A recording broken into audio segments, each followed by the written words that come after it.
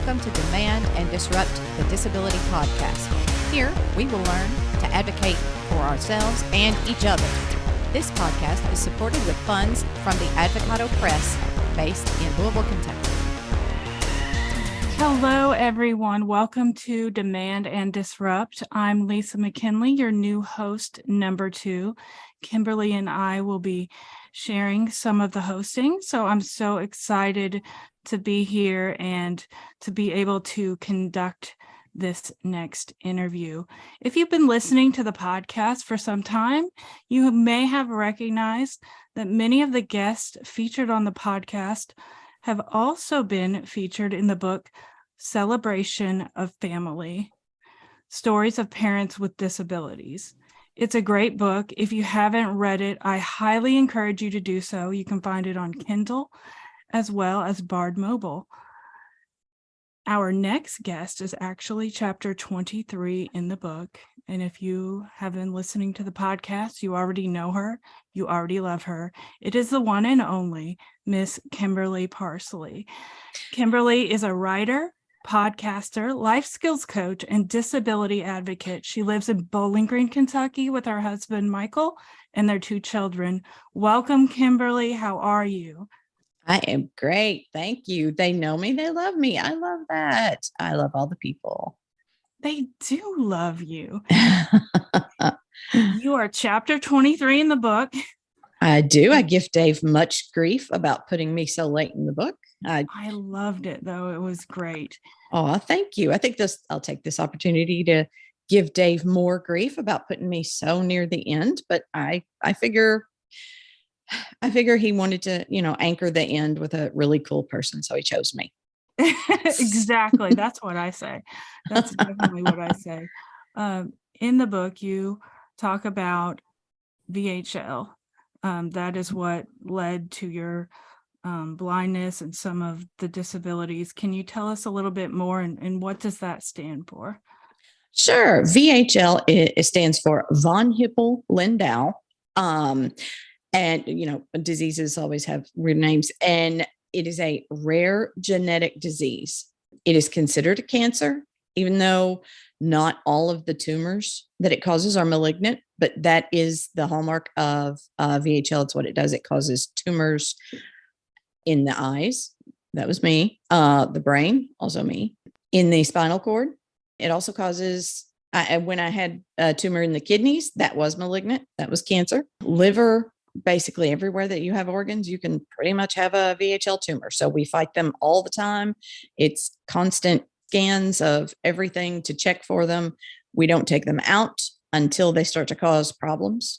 They did with my eyes, obviously, even though I had, when I was young, something like 30 operations. I don't count, to try to save my sight, but it just, every time you do surgery, you also cause scar tissue, and scar tissue causes problems, especially in something as delicate as a retina. It was a surgery at my spinal cord, C2, that led to the loss of my ability to use my left hand. But again, that was starting to already cause problems. It had to be dealt with. The ramifications of not dealing with it outweighed the risks. And that is pretty much what we do with VHL. It's risk management with every tumor. So that was a long explanation. Goodness, that must be quite a journey. You first lost your vision. You talk about in the book at age 14. And then later, I think you talk about losing the use of your left hand. So you've basically been on both sides of the coin, having one disability and then having multiple disabilities. What is it like, comparing the two? It is terrible. Blindness, I think I say I would go blind 30 times instead of losing the use of my hand. But I think it's less that the use of the hand was so bad.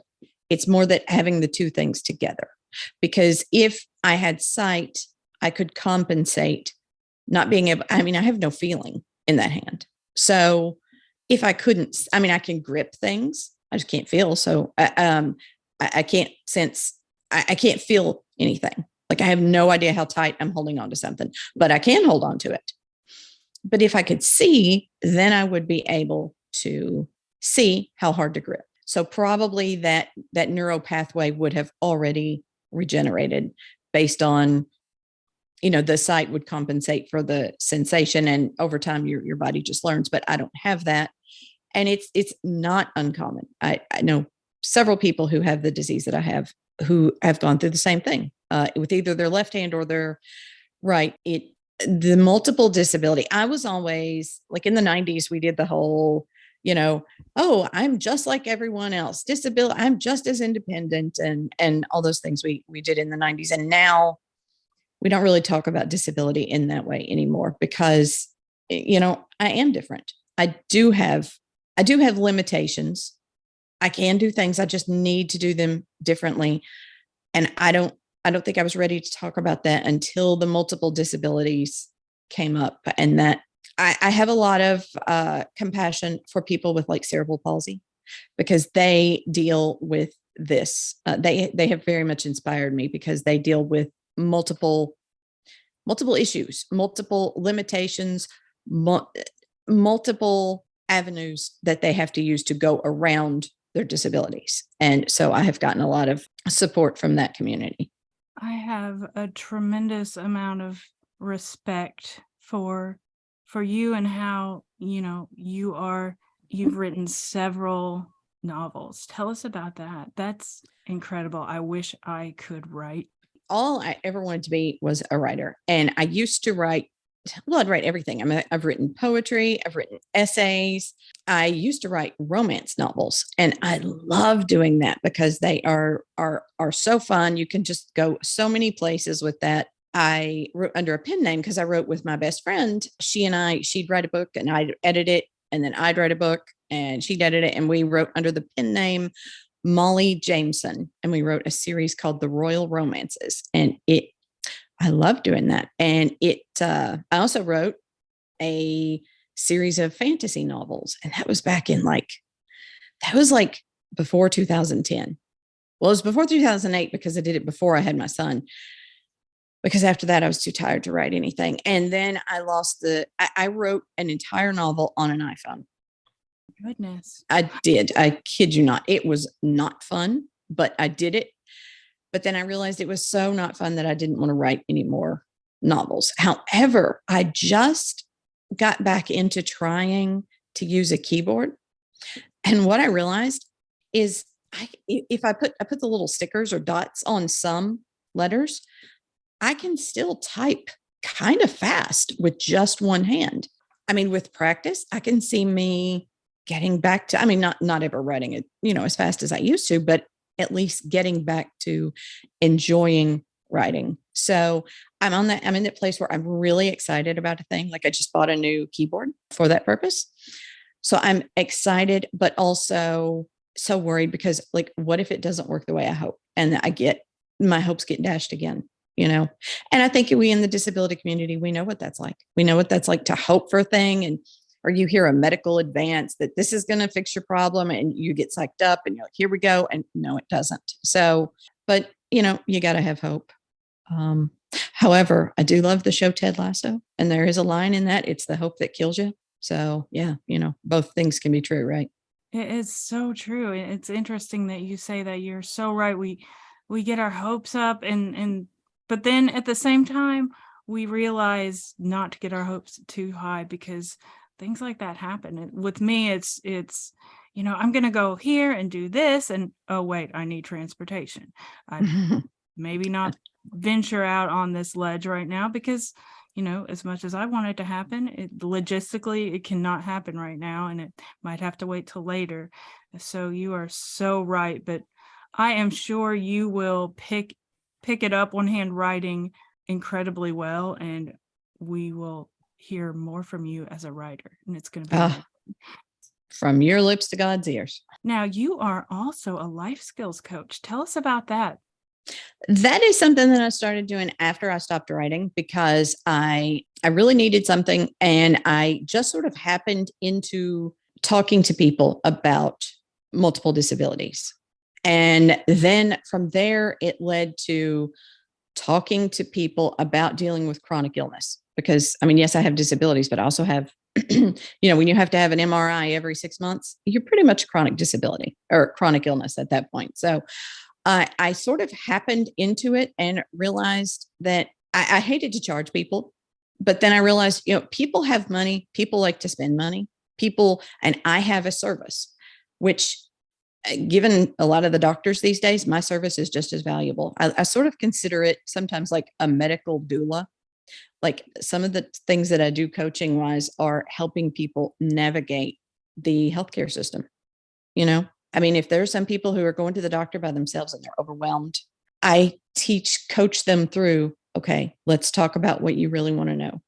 Let's talk about what questions you want to ask the doctor.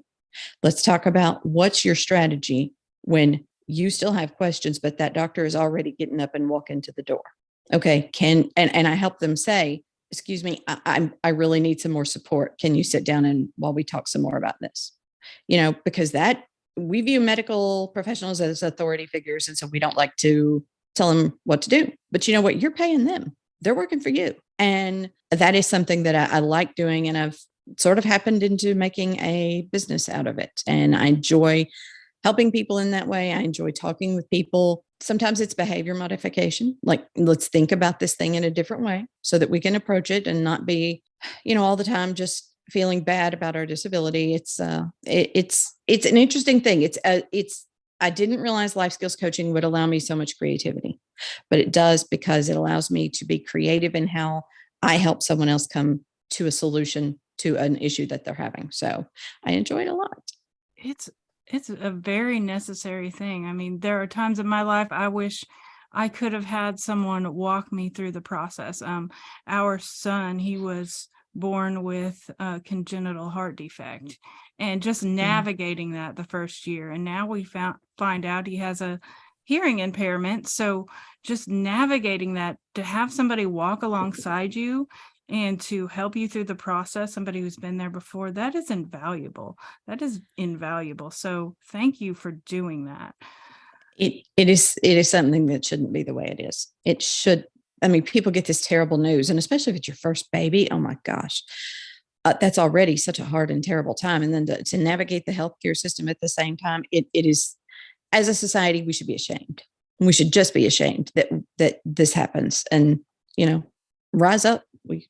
We can change it, but it takes us rising up and working to change it. But that's the thing, isn't it? When you're already sick or you're already dealing with a baby and everything, changing a system is just not top of your priority, right? No, and everyone needs an advocate, be it peer support, life skills. You need somebody to walk through that process with you. And if you're in the hospital, you need to take someone, because who knows what's going to happen if you don't. So thank you for that. Have you learned anything about yourself through the process that you might not otherwise would have? I learned that one of the main things that I've learned is how often I myself tell myself that I'm not enough, how much I blame myself instead of a system that doesn't work for me, because I see it in other people. And, it's so much easier to see things in yourself when you're seeing them in other people. And I see the people I coach blaming themselves, like you mentioned, transportation. For example, I would see someone who would blame themselves because they are blind and can't get to their kids' event or whatever. And I have been there. I have done that. And I would like to think, no, but those days are behind me, but they're not. Every single day. Like technology. It thwarts me at every turn, I swear. And I'm like, well, if I could see, or if I could use a real computer, a keyboard or whatever, and use two hands, this wouldn't happen.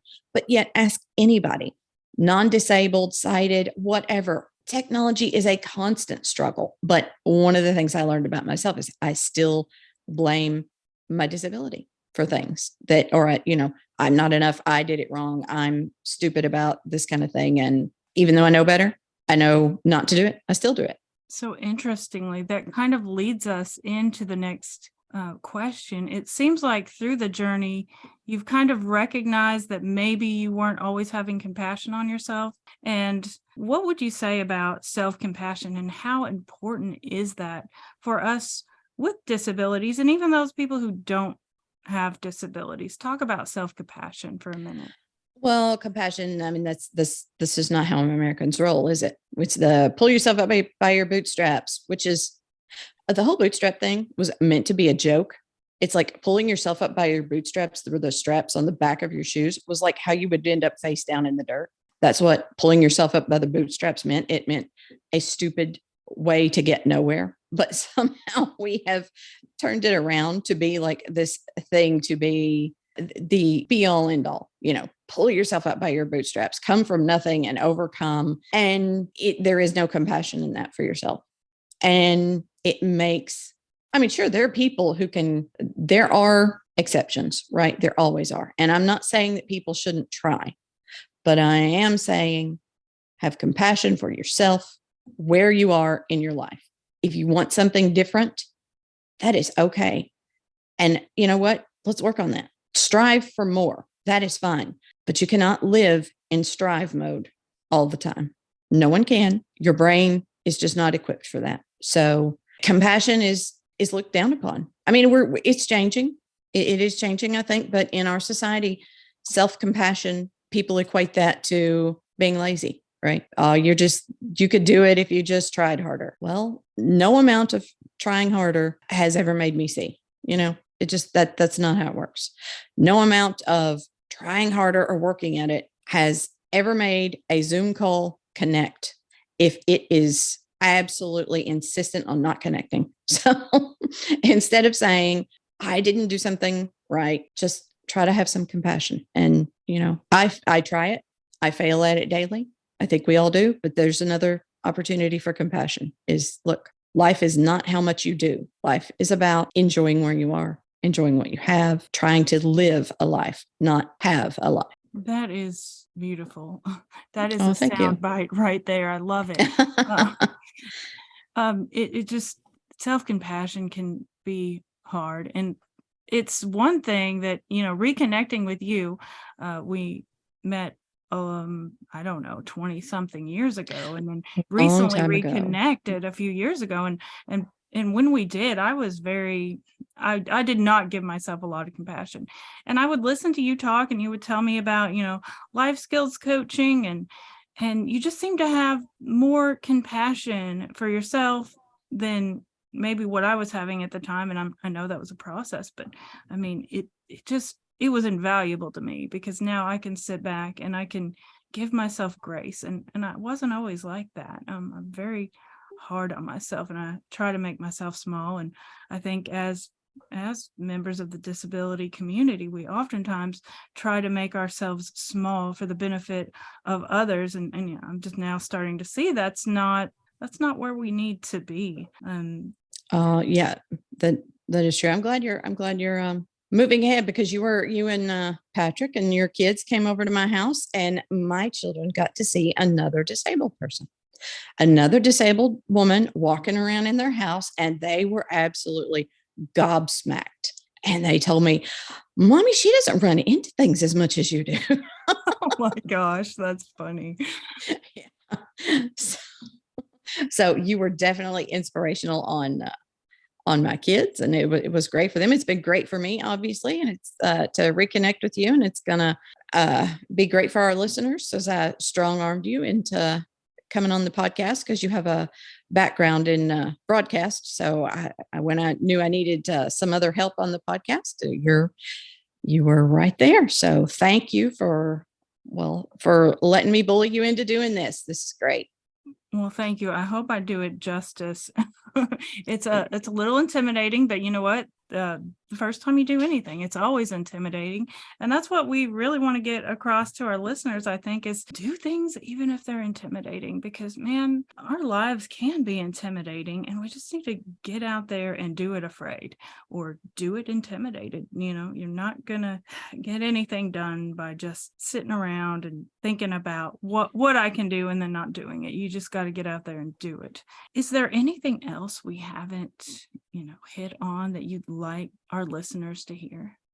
No, I think I just everyone in the book, a celebration of family stories of parents with disabilities. There's a plug for me. Everyone in the book inspired me in some way. Some of the people I know, some of the people I just know from the book. And I say that I anchored the end chapters. There are no bad chapters in this book. I mean, everyone is, like you said, the word inspirational. I hate that word, but I have learned something from everyone and they have inspired me. But I think it's okay for people with disabilities to say that of other people. I just think we are not a show for the able-bodied to feel good about themselves. That's where the whole inspirational thing comes in. But the book is just so full of people who have, like you said, do it afraid. They did it, and we do it as disabled people because we don't really have any choice. But I guess the other side of that is the self-compassion. Give yourself the space and the grace to make mistakes and know that everyone makes mistakes, and then just try again. Do it afraid again. That's what it's about. Thank you, Kimberly. It has been a pleasure speaking with you today. I know our listeners enjoy it. Again, Kimberly is chapter 23 in the book, A Celebration of Family Stories of Parents with Disabilities. If you've not read it, please do so. It's incredible. It's uplifting. I wish I had something similar to read 20 years ago. If you're a parent with a child with a disability, this book is for you, because you see that, the world is your child's oyster. Sometimes we get the diagnosis for our child and we think the world is over for them. You read this book, you see that's not true. If you have a disability yourself, check out the book. It is uplifting, empowering, encouraging. And if you just want to be a more decent human being, read the book, because I promise after reading A Celebration of Family, you are going to be a better human being. It will change you, and you will be better for it. So thanks again, Kimberly. Thanks again, listeners. Till next time. Bye. Thanks, Lisa. Bye, everyone. Thanks to Chris Duncan for our theme music. Thanks to Steve Moore for providing our transcription. Support comes from the Center for Accessible Living in Louisville, Kentucky. And you can find links to buy the book, The Celebration of Family, Stories of Parents with Disabilities, in our show notes. Thanks, everyone.